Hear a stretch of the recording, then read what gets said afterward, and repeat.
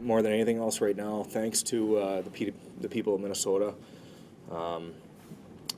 Last 5 years, they've taken myself and my family in like we're one of their own.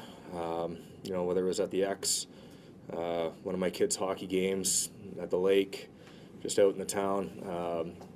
I was never treated with anything but huge amounts of respect, and loved every day that I got to be the coach of the Minnesota Wild. We've done some great things in the last 5 years. We've become a team that's competitive, a team that's tough to play against, and a team that has a chance to win every night, a team that expects to make the playoffs. And you know, when you do that, you got something good going on, and those guys have been at the forefront of that.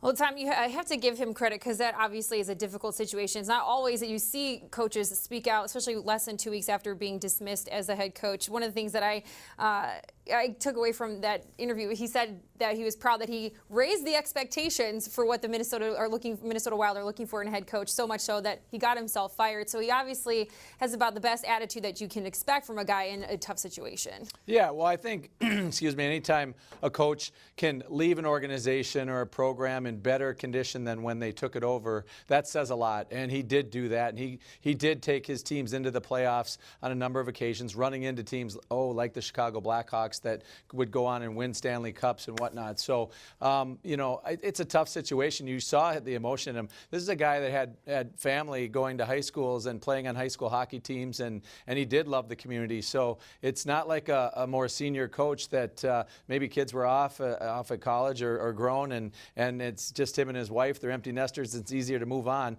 This guy's, you know, a big piece of his life was ingrained here, and he was able, you know, unfortunately, I think he feels fortunate and grateful to do the work he did here at a good time in his life. It worked out really well, but we all wish him very well. As he said, he's a young coach. He believes he can be a head coach going forward, so I wouldn't be surprised at all to see him end up behind an NHL bench in the not too distant future. Yeah, we certainly wish him all